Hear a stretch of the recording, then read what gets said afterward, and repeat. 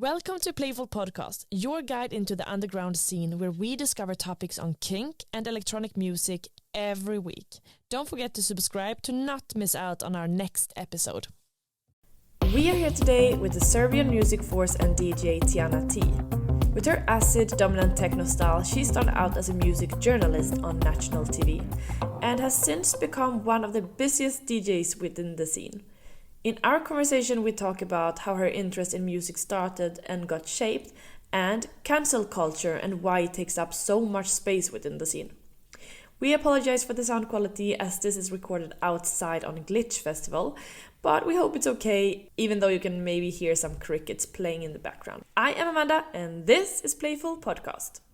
So yeah, you were opening the Glitch yesterday at the Fortes. Yes. What's your view on Malta and Glitch? I actually really wanted to play this festival for a long time. I mean, of course, if you want to play a party, you don't just call the promoters and be like, I want to play. I mean, I guess some DJs actually do that, but I don't. They do. Yeah, it's a good way maybe to Yes, I actually know some huge names that you would be very surprised that are like, I want to play that. Why didn't you book me? Yeah. So sometimes it works like that. But do they get booked then? Do you think it's a good tip? Yeah, I guess. I don't know. Can I ask? Is it mostly men? Just by curiosity. I think it goes like both ways. Yeah. Actually. Okay. Yeah. No, actually, the stories I know are from women. Okay, that also shifts the perspective a little bit. Yeah, I think men have maybe different strategies, but never mind. I mean, it's just that I've been following Glitch for many years, and I think they have really good lineups. Yeah. And this is the reason why I wanted to play here. And then I played their club series in December last year. So I was here already in December. And then... they flew you here then? Yeah, because they're doing club nights during the year here in Malta. And I played this club night in December, but the festival was already booked, so there were no slots. And then they added this opening day because they got this super exclusive fort as a location for the opening party. So then they booked me because they also really liked how I played at that club that night. And I think it was really perfect to be here because the promoters are so nice, Malta is nice, the festival is nice, and the location was very special. And it's also something that I feel very connected to because in Belgrade, my home city, there's a big, beautiful fort on the confluence of the two rivers. And I always go there, and there are festivals there as well. There used to be festivals there. I play there. Then Exit Festival in Novi Sad is also in a fort. And I grew up with this festival, working there and developing together with the festival. So when I arrived yesterday, I was like, okay, this is... It feels like home. Yeah, this is the setting that I'm very used to. Yeah, and what you said also about the people behind it, they're so hearty. Yes. It's really... Yes, they're really so nice. Yeah. Probably, I mean, I'm lucky that most of the promoters that I work with, the vast majority, I don't even know if I had a single bad experience, is really nice people. But Glitch guys are really... As you said, I instantly felt when I met them, I instantly felt like we knew each other for years, since forever. So nice. And but we talked a little bit yesterday also after your set, and you mentioned the equipment, that it's sometimes a little bit confusing with the 3000s and the 2000, and that can be a little bit stressful, these situations. But I mean, for me... Yeah, I just like to play. I mean, it's the same, I guess, for every DJ. I know some DJs who literally require the older model because they don't like the new one at all. They don't want to use it. It's the same for me. The Nexus 2 are for me much easier to use because there's less pathways and it's just more simple. The way to reach something in your playlist takes less steps than on the 3000s. So it's just somehow faster and easier for me. And I think for every DJ, it's like necessary always to play using the equipment that they are used to and that they feel most comfortable with. Because like if you have an idea in your mind, then it has to like also be like in your hands, and somehow you need to be able to do it. And then if you're not very comfortable with the equipment, then it's glitching a little bit, like from here to like what's being played out. It's not exactly the same. So yeah, when I see the 3000s, I'm already like a little bit nervous, and I'm still getting used to them. So sometimes I can't find the tracks because the layout is completely different. But yeah, these are like typical DJ situations. You never know what's waiting for you. I mean, there's always a rider, of course, and certain standards, and like below that standard, no one should go, because this is a matter of respect. It's also like it's written in the contract. But sometimes the monitoring is not so amazing. Sometimes the room is reverbing, and then you get the feedback, and it's not always ideal. But I guess part of being professional is to somehow learn how to cope with it and just like do your thing, whatever the circumstances. The sound was amazing. The sound was really amazing, and the location was just so beautiful. But like, speaking of having to navigate and just solve problems and all this, you really feel like a person who's a doer, who just like moves quickly in life generally. Actually, like, it's interesting that you say this. I don't feel like I don't feel like that's the case. I know, I'm aware that from the outside it probably looks like that, it seems like that, but my goals and my limits are like very high up, and I don't feel like I do things quickly enough, or I also don't feel like I do enough. I think there could be like a lot more than I could do. So yeah, it's a little bit of a different perspective for me. So you have like very high expectations of myself. Yes, I have very high expectations of myself. But where does it come from? Did you get a lot of pressure from home, or is it just naturally coming from yourself? I believe there's some truth in astrology. So I'm Capricorn, and Capricorns are quite ambitious and very hard on themselves. So I think there's some of that. There's also like, I don't know, when I was a kid, maybe it comes from the childhood, because when I was a kid, I was always like a little bit like too serious, even for kids. I didn't understand like what playing means until only like later in life. Yes, actually, yes. I started being a little bit relaxed like later in my 30s. And then like very soon, when I was like 6, 7, they discovered that I have like very high IQ.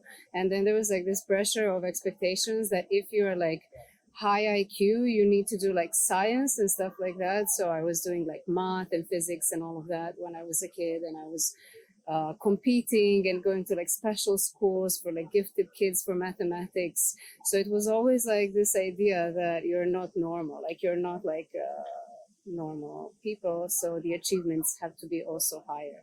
And then I went to another experimental school after elementary school. It was like an experimental high school also for gifted kids, and there, I mean, I don't think this is good at all, but they were telling us, they were literally telling us every day, you're not like other kids.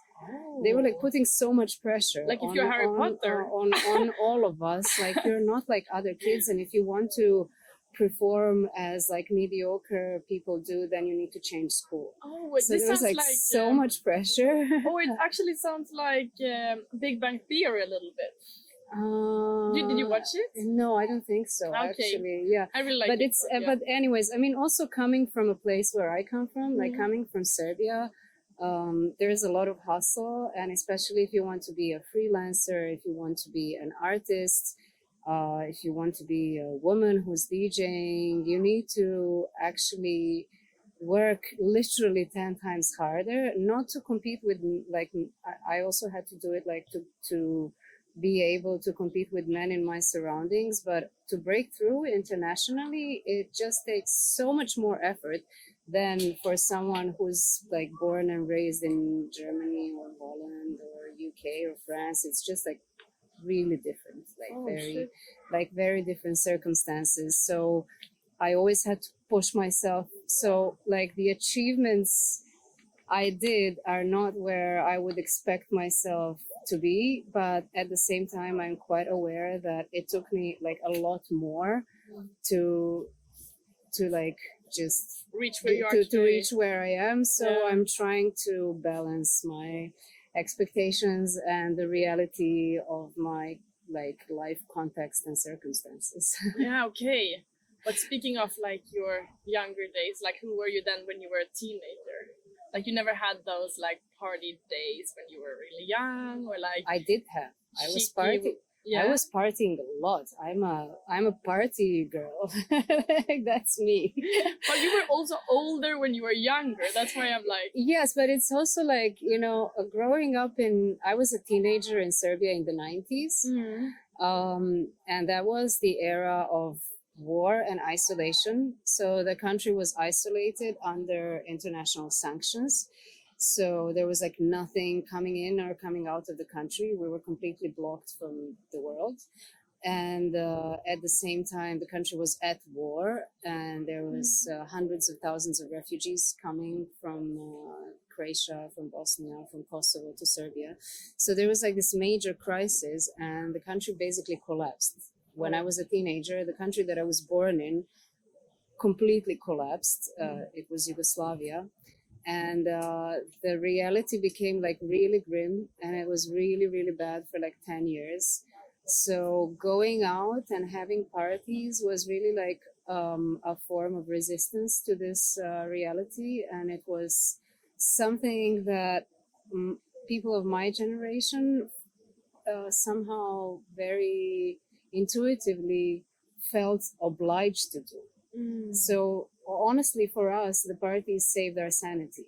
Necessity. I mean, I'm not talking about people who got carried away with drugs and then they got a little bit damaged, but I'm talking about the rest of us. It really saved our sanity, because if we would to drown and only live in this like daytime reality, what was happening during the day, that was very grim. It was like really, really depressive. So we created our own counterculture, our own subculture, because the culture was also the formal culture was also collapsing in our country. So there was no culture, there was no economy, there was nothing. There was literally like no food. But we were partying. DJs somehow found a way to get records, and there were parties and there were clubs, and we would just go out, and that was our therapy. So I had an uncle who was a huge music lover, and he had like a huge record collection that I inherited, and he took me to my first party when I was only 13.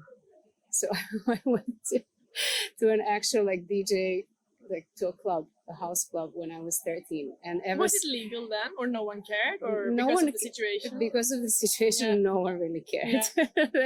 It was just absolute like chaos. It's very hard to explain. It's like really hard to explain the circumstances. It was also the world without social media and internet, so you couldn't be connected in a way that we are connected now. So it was really like very different circumstances. So I was going out and I was very much into parties, but in my first years of going out, I just enjoyed like really like letting go and just dancing. Sometimes I would go on my own and just like stand by the speaker and dance for hours and go straight to school after that. And I was more into this like feeling of, you know, dancing and letting loose and like being like in this collective body.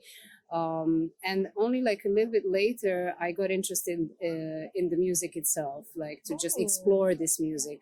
Before that, I would enjoy it, but I would not like listen to it so much at home. I was more into A little bit more experimental stuff, and also like, you know, whatever was huge back then when I was like grunge and all this like alternative rock stuff and all of that, but also a lot of industrial, and it was more like darker and more like guitar based, and then I got involved like more and more and more into electronics, and then already when I was 19 I started making music TV shows. I did what you do now. Yeah, exactly. But you did it for a long, since you were 16, no? 19. 19, yeah, yes. But early anyway. Really early. I mean, honestly, it was never my plan. Same as DJing, I never planned to be a DJ. I wanted to be a professor at school. I entered 2 universities parallelly, and I was studying, but then I couldn't afford anything, or my parents couldn't afford to support me, so I had to find a job.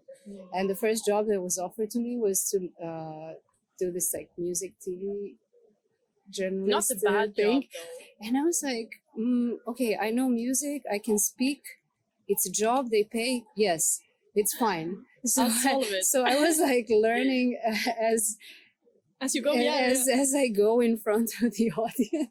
So perfect. That's the way to go. Yeah. My first time in front of any kind of camera. So I mean, so we're talking about like 2001. So not everyone had a camera. No. You know, my first time in front of the camera was on like live television.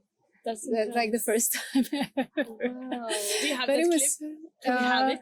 Someone has it. I have some friends who were recording it. I would love seeing that. Someone has it. Were you shocked? Like, were you like... No, the first one went well. The second one was like not that great. We're aware about it's like the second album syndrome, you know, like when someone releases a debut album that's amazing and then the second one is a flop. It was exactly the same with me and my show. Oh my God. But then you nailed it anyway. So. No, I did it for a long time, but I was just happy. Like it was an amazing opportunity. There was like no requirements from me in any sense, like musical requirements. So I could choose any music I wanted and I just presented it on TV. So I was like, oh, amazing. I can play like a video of 12 minutes of Tekre live on public TV and people are going to watch somehow. So, so that was really... Like educate people. Yes, that was actually, I mean, my first motivation is to get a job. And then when I realized that it has influence and power over people and that I can educate, and I learned like tricks how to make it look like more glamorous than it actually is. I mean, how to make the shows look more glamorous than the music I played. So some things really became quite popular. Wow. Yeah. It was a good time. Speaking about your party, the party side of you. Yes. Like, would you say, do you prioritize going to parties if you have a weekend off? I don't know if you ever have a weekend off, but would you ever take a weekend off to go to a party, or like prioritize it on weekdays, or like? If there's a DJ that I'm really interested in, or a live act, or something that I'm musically like very into, I go out, of course. Who are you then? Like when I'm in Berlin, because I live between Berlin and Belgrade. When I'm in Berlin, and if it's a free Sunday, I go to Berghain on Sunday. If I'm in Belgrade and I have some time off, I go to drugstore or I go to 2044. So I still go out. You prioritize. So like, and then when you have some free time, it's very hard to choose like what your priority should be. Sleep, party. Yeah, like sleep, eating properly, seeing friends, like, I don't know, organizing records, like doing all the... Meeting parents, then like doing all the home stuff. You know, we also have homes to live in sometimes. And maybe a plant or two. No, you cannot. I love plants. You have plants? I love plants. Okay. I was like, can't. Maybe a cactus. I love them and I have them, and I'm actually very good in keeping plants. You have to teach me. Happy and alive. Well, they look okay now, but it's really... every time they come home from their shop, they're difficult to handle, I think. Then you have to like tame them to like water them in your own way. Yeah, sometimes they get angry, I feel. honestly, plants are like any other being, or even like human beings. If you start living with someone, you need some time to adapt to each other and to somehow like accept that you're living together. And also it's the same with watering plants and giving them attention. Sometimes it's not like, I don't even know if I'm watering my plants correctly, because I don't really read the instructions. I just have some sort of intuitive connection with them. I do the same on all my plants. Yes, and I think they somehow just know, like, they know that you give them attention and that you like them, that you love them, and they're happy. That's really bad for people who don't have green hands. Your plants hate you. But yeah, you can probably find some plant that likes you, like really easy. There's one called the closet plants. Those are great advice for anyone who wants plants but who don't know how to handle them. You don't have to water them, but they still live, and like you can keep them in the closet. Yes, they don't need sun, they don't need water, and they don't look like cactuses. You say cactuses, right? That's a DJ plant. It is. Yeah, cactus in this. It's an actual DJ plant. It's really great. But who are you at the party, would you say? Oh, wow. Yeah, that question. Who am I? Who am I? Who am I in general? This is like the beginning of the Hitchhiker's Guide Through Galaxy. Yeah, exactly. Like when the dolphin is falling. It's like, who am I? Yeah, very stressful question. But like, let's not take it too far. Yeah, who am I at a party? I don't think I'm much different at a party. I am. I don't know. Like where do you are you like front row, or like sitting chilling and talking, or like do it all kind of person? I mean, honestly, like it's really hard to say, because in the last, I don't know how many years, I was a DJ at the party. So, but I like to, I would rather be in front row, like dancing. It really depends on the party as well, and the music. I like it all. I just don't change my identity when I'm at a party and when I'm not at a party. Yeah. I'm the same person. But you're a dancer at least.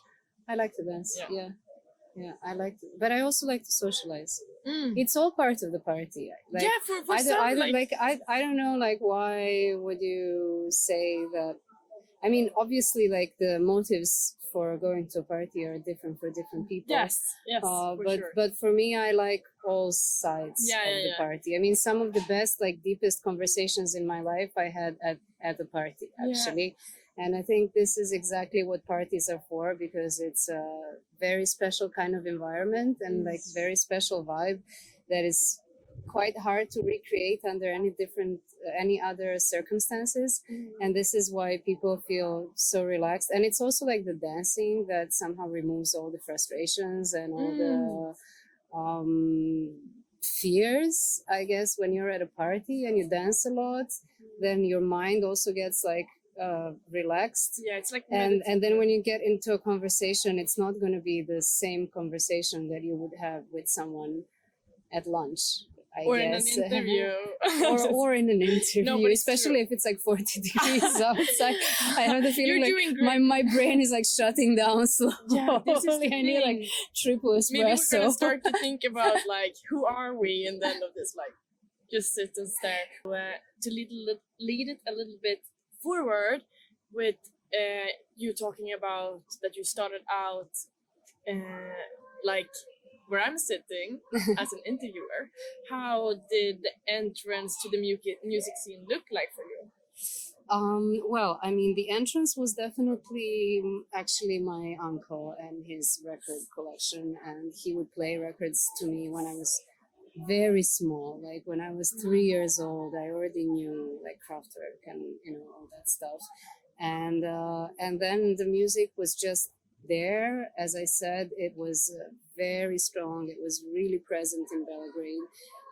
People in my wider environment were all very much into music. It was really important to know music, like not just a certain genre, because at that time in Belgrade, it was important that if you're into music, you need to know it all, like all genres. and then like if you do not, you're not cool enough, you know. Oh, so I was also listening to some radios back then that had incredible selection at the time, and I got a lot of my education from there. And then I worked for these media, like for both these radios and their TV programs. And so yeah, that was actually the way I entered, and just like going to the party. Like becoming a performer was also a matter of just some sort of like coincidence, some chances in life, and me being like very open and being like, okay, why not? Let's try it out. Very brave also. I mean, standing in front of a national TV without any education within journalism is pretty brave. Yeah, I was like, I was really, I'm very sorry that I wasn't able to do things internationally and be, let's say, part of the music world in the way that I am right now when I was like younger or when I was in my 20s, because I was so crazy and like so brave and so like just doing things. You're right, I was a doer back. Like now I feel like I'm a bit more like I'm thinking too much, like I'm too much in my head. Yeah. And maybe like with years I developed some fears that I didn't have before. I'm trying now to like get rid of all that and to come back to my old self.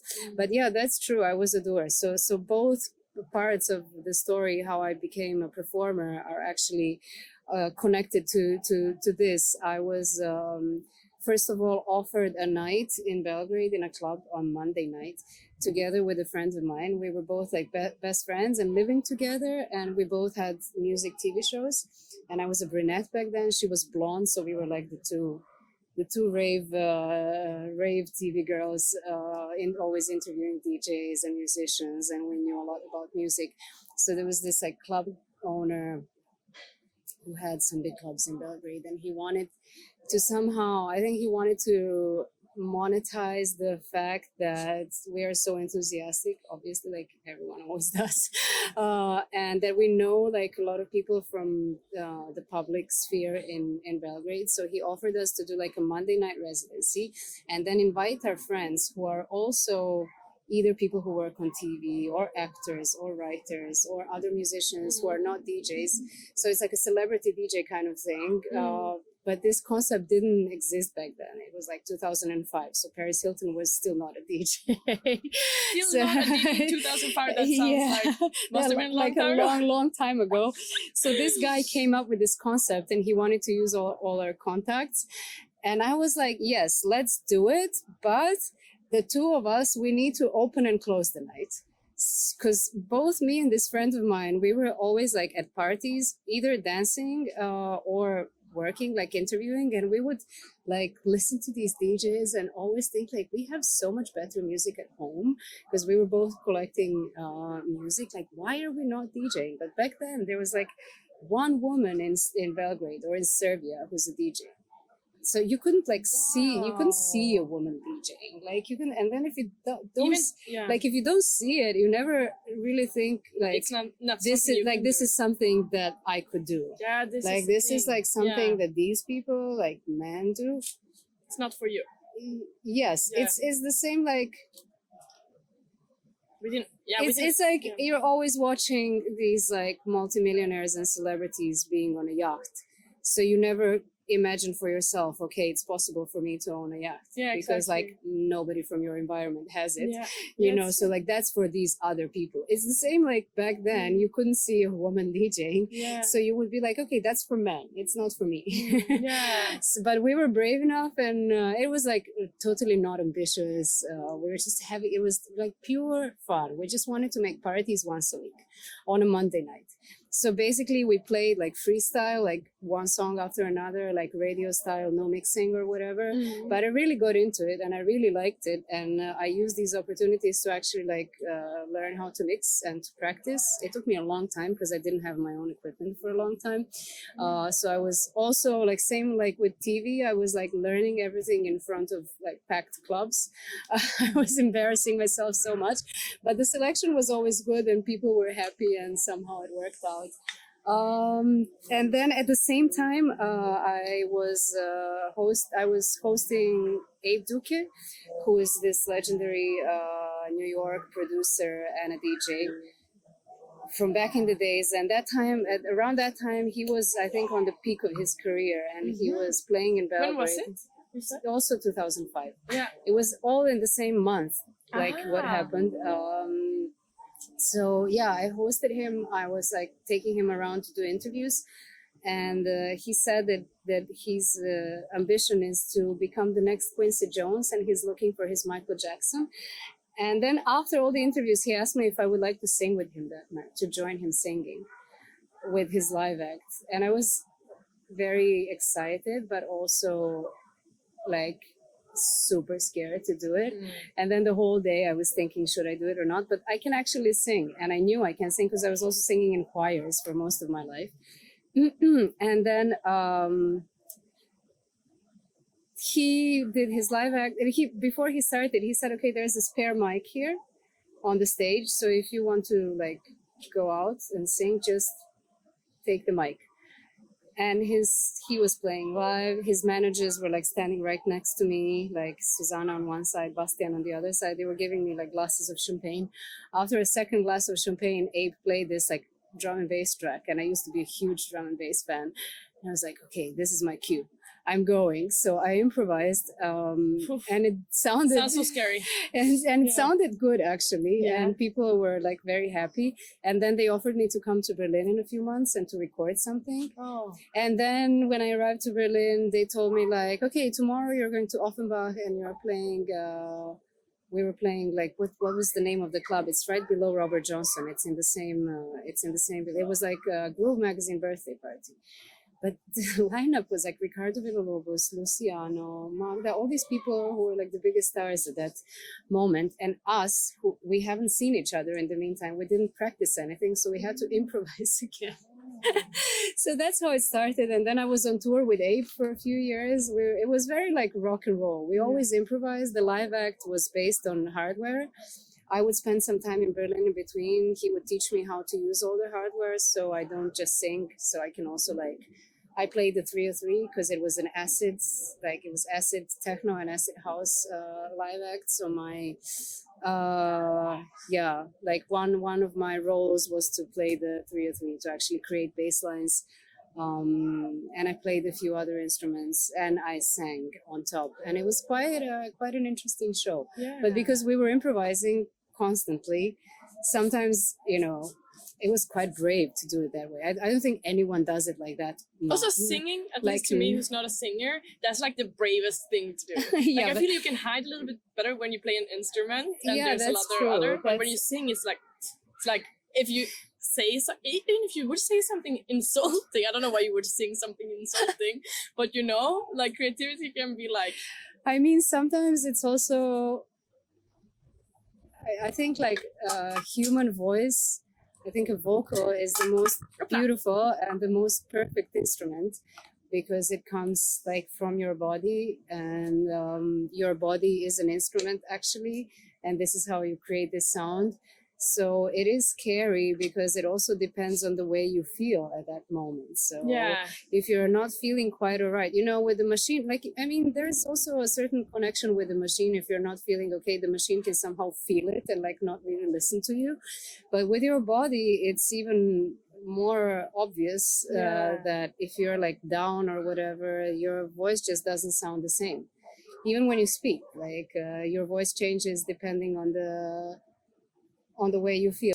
But I mean, I had this fear of being judged for such a long time. I think I overcame it just recently. Honestly, like very, very recently. Because when I decided, like, so this is how I started. And then I was like, okay, I was still doing my TV job, working for Exit Festival, and like I had multiple daytime jobs. But I also started collecting records because I was coming to Berlin quite often. So I had the access to record shops, because in Belgrade we didn't have record shops at all. There were like not a single one. There was one, and it was very limited what they were importing. So it was never really easy to be a DJ there. It became much easier to be a DJ in countries like Serbia when everything became digitalized and when it was accessible to everyone, and I'm actually really thankful for that. And I don't think it's a bad thing, because it really meant like freedom for all. It was not defined by the industry, not defined by who can afford it. Not everyone can afford records. Like, we can fetishize it as much as we want, and equipment and but all these in reality, things, like, being a DJ requires investment. Like, so like the cheaper it became technologically to perform it, the better it was, because it gave it opened doors for a lot of people who were and downloading in very unfavorable circumstances, and we all downloaded illegally because there was, not because we wanted to be thieves, but because there were no legal ways to get music. There were no shops. There was like no way to buy a CD. There was like, and also money doesn't look are not the same in all countries. Like, it's something that could be really cheap in the West. It's not super cheap. I mean, we managed. So, talking about 90s in my country, it's actually like record-breaking inflation. It's the second highest inflation in the history of the world. So in 1993, for example, the money you would get in the morning as your salary would just it would lose all value in a matter of a few hours. So the inflation was going like by minute. So people were living with like €3 per month or something like that. God. How do you buy music?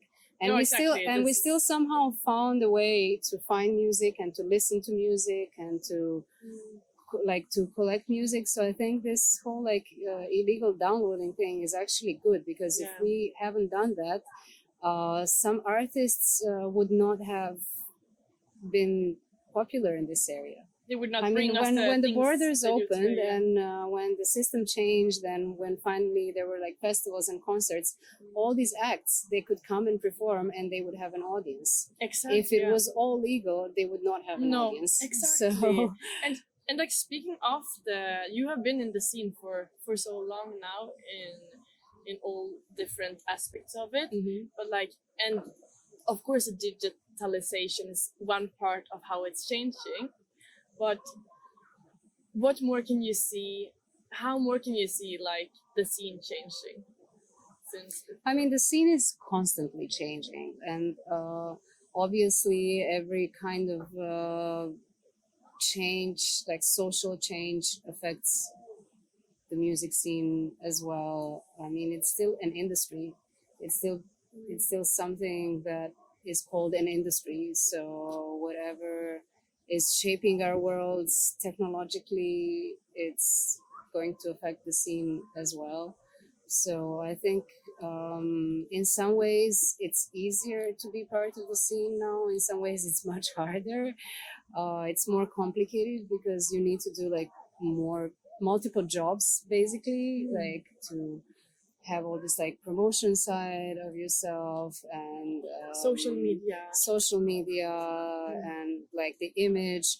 You're not just a DJ anymore, or you're not just a producer, you're not just a musician, you're also a brand. So if you really like, even if you want to like, you don't need to become the biggest star, like you don't even need to become one of the top 10 artists in the world. Even if you want to perform locally, everyone expects you to be some sort of a brand, to somehow like promote yourself. So I think this is also not new. I mean, this is also, even like in the before times, like in the old times, you would have people who are very special, and like they also built their image as a brand. I mean, you always had Richie Houghton with his hair, with his like black outfits, with the visuals. You always had Carl Cox, who's also like a different kind of character. You always had like Laurent Garnier with his very expressive way of DJing. This is all something that like constitutes a brand. For sure. It's all like your image. So I'm actually like I can't really go into discussions with all these purists who are like, oh, back in the days, no one would ever see a DJ, you would just be there. I don't think it was ever that pure. It was, you always had to find a way to break through. And that was by taking yourself seriously and creating your image and also like connecting with people and socializing, or like recording your mixes, handling tapes or whatever, CDs, like however, like whatever format you used, or releasing records on certain labels that you know are good for your image. So I think it's all kind of like the same. It's just a bit more dispersed because you have so many different channels and like so many different things that you can do. So I think this is the biggest change. Like, is there anything you wish to change within the scene? To change within the scene, I would actually how should I put this so it doesn't feel wrong? I would like for the scene, but I also have the feeling like this is something that will naturally happen. I would like the whole like political aspect that's influencing the scene right now to wane a little bit, like to just like to downplay a little bit, because I don't think that politics in the sense that people are using or aggressively and loudly are presenting within the scene has a place there. Like the cancel culture, or the cancel culture, the very aggressive, threatening identity politics that I have nothing against. I mean, I'm speaking from, or like the whole like political thing of like where you place yourself, taking sides. Are you on this side or that side? I come from a place of war, so I know what it means to be involved in that. I'm also a woman who had an incredibly hard time to become a DJ just because I was in a society that was very against it. So I am coming from a place of really like, I know what I'm talking about when I talk about these things, and I think these issues are very serious, and some people are just using it for their image because it seems to be trendy, and it creates an atmosphere where everything goes into a wrong direction. I think, like, honestly, if you don't know what you're talking about, and if you're just taking a position because you see others doing it, just don't do it. Like, just let's play music. Honestly, as I said, like the reason why I love this culture and why I belong to this scene and why I believe in rave culture, I really believe in it with all my heart, is because I have this experience of parties being part of a collective healing process. And when I talk about the political aspect of a party, I don't really talk about like DJs shouting on Instagram for whatever, like for whatever the latest political issue is. So I think right now in 2022, the way that people think that parties or music should be political is just not possible. No, it's just not doable, and it does more harm. And holding people accountable. I think it does more harm. It does more harm than good. Yeah. Because it's very black and white. Yeah. And it's actually in many ways actually like spreading hatred instead of promoting understanding and tolerance, and trying to have like nuances. And I am very disappointed because what parties and our music culture used to be and the principles that it was built on is actually completely the opposite. And people, I think, I don't know if it's because of the social media culture, but I guess that somehow makes us believe that we know people, in a sense that we don't know people. We don't know actually how that they're doing good and that they're how they are, what their parents are up to, or how they are, you know, we don't know them, even though I mean, honestly, when I look at my own Instagram, I would have a completely different image, like impression of myself. Yeah. This is gonna be fun though for the assumptions part to see if I read something right, because like honestly, like if I'm totally like on my Instagram, I'm absolutely not talking about topics that I'm interested in. I'm absolutely not presenting myself in the most intellectual light that there could be, but I'm also aware that this is a tool for, you know, promoting myself as a DJ, and I also don't want to misuse it. So yes, definitely, you never know the context. You never know what someone has gone through. You can never know anyone's secrets.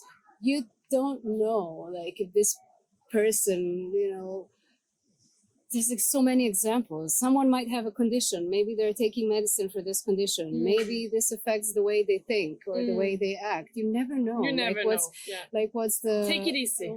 No, honestly, really, like, it all comes to back to peace, love, unity, respect. Like, respect this other person. You may not like them, but respect them. You know, we need to, like, why the dance floors are there in the way they are there, so that we could unite. Like, exactly. So that, and also the perception, and the music, like that sound that unites us is repetitive. It's hypnotic for a reason, because that's the way to actually create this kind of like collective frequency. Like, if you have this like repetitive music with no vocals, this is creating a certain frequency that the whole dance floor somehow resonates at a certain point, and this is how the sound unites. All these big phrases have like you could actually have like a scientific explanation for it. And like peace, love, unity, respect, it's not there just as a stupid saying. It's honestly like something that this culture has promoted, that this culture used to be about, and I hope it will be about. And this is the only thing I would change. I would just like people to live by those principles a little bit more, even though it's very seducing and it's very attractive. And it's also part of our new human chemistry to do something just for the likes and just for the approval of others, because this is how we are being programmed these days. I also don't think it's something unnatural. It's just one of the phases of evolution. But maybe, like, you know, for a second, people should just use their brains before and know that you're also unleashing. And also when we are feeling angry, it's often a perception we have on the situation, what you're saying, but it's also something that is like we can build up histories in our own mind so easily. Like, that's just how we deal with traumas ourselves. Like dealing with traumas, whatever. Anyways, we can go very deep into yes, this. Exactly. I feel the same. Into this topic, but as someone who used to work in media for so long, I would just do that, like this little disclaimer, like, do not trust the media, like any media. Don't trust me, guys. Like, don't trust anything.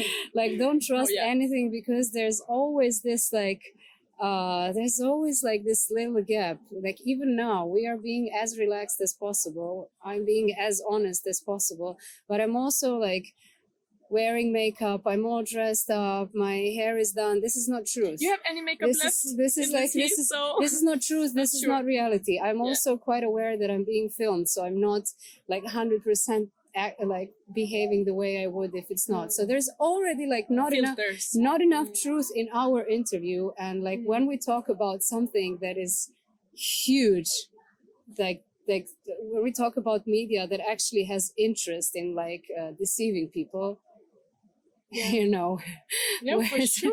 Like where the possibilities are endless.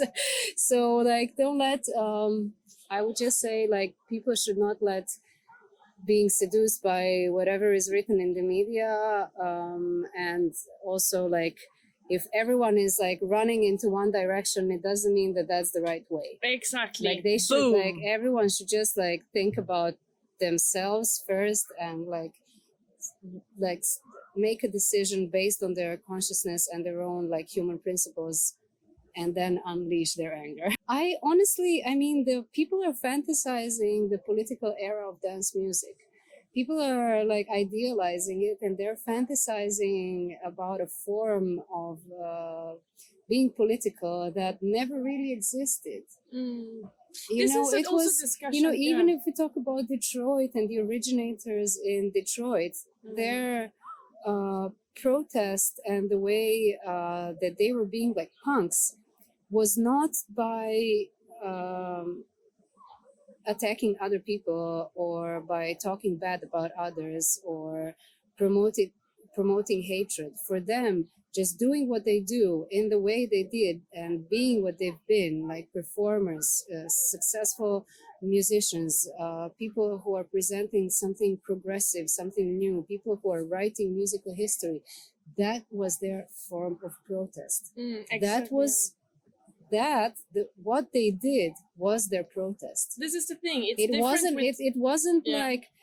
wasn't like, oh, let's go and like cancel the white people. It's about what you do and what it wasn't like let's cancel all the white people. It was like, okay, now I'm taking control in my own hands and I'm just gonna be whatever I want to be, and this is my protest. Now we have come to the part of the podcast where if you're a Patreon, you'll get to listen to the extra material where Tijana gives her top recommendations on how to evolve in the scene as a new DJ. She also talks about the pros and cons on how to make it quickly in the scene and somewhere. If you're curious, go to patreon.com/playfulmagazine and have a listen to the extra material. It's either this or it's that. This is this or that. Complete creative control or collaborations? Both. Yeah? You don't even prefer one of them? No, because like if you do something on your own, like of course you want to have complete creative control in terms of like the label should not tell you what you should release, for example. But if there's like a great chemistry with someone and you really want to collaborate with this person, then it can also be like very important. So both. Okay. What's the worst? People asking for track ID after each track or butthurt techno bro gangs? What? Techno bro gangs, you know, who are like, this is the way techno is and it's never gonna, you know, should be. So what do I prefer, that or people who ask for track IDs after each song, each track? No one asks for each track. No, but what's the worst? I think techno bro gangs are worse. Okay, yeah, okay. And shots and whatever comes your way along the night, or tripping on life? Tripping on life. All-inclusive resort or caravan trip? All-inclusive resort. Here we are. Okay. And no, I need to change this answer. It's actually both. Yeah? Yeah, it depends on the mood. Okay. Yeah. 80s or 90s? 90s. RuPaul's Drag Race or documentaries? Documentaries. Psychology or alternative healing? Both. Both. Yeah. Okay, now we are coming to the last part.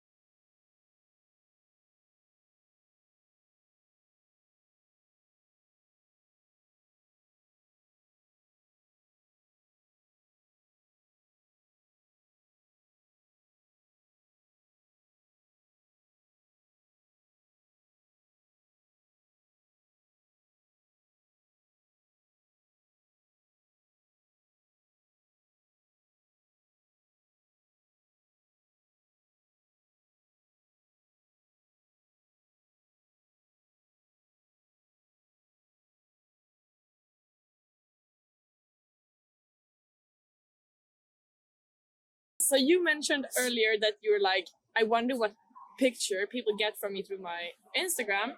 And now we're going to bring that to you and see if it fits. Okay. You have a photographic memory. Okay. Is it correct assumption about you, or is it not correct? It is. It is? Yes. And look at that. Okay. You're very slow with digital trends. Yes, that's true. No TikTok yet? No TikTok. Okay. If you wouldn't be a musician, you'd probably be a scientist. Yes. I was feeling so happy with that when you started talking about it. I was like, okay.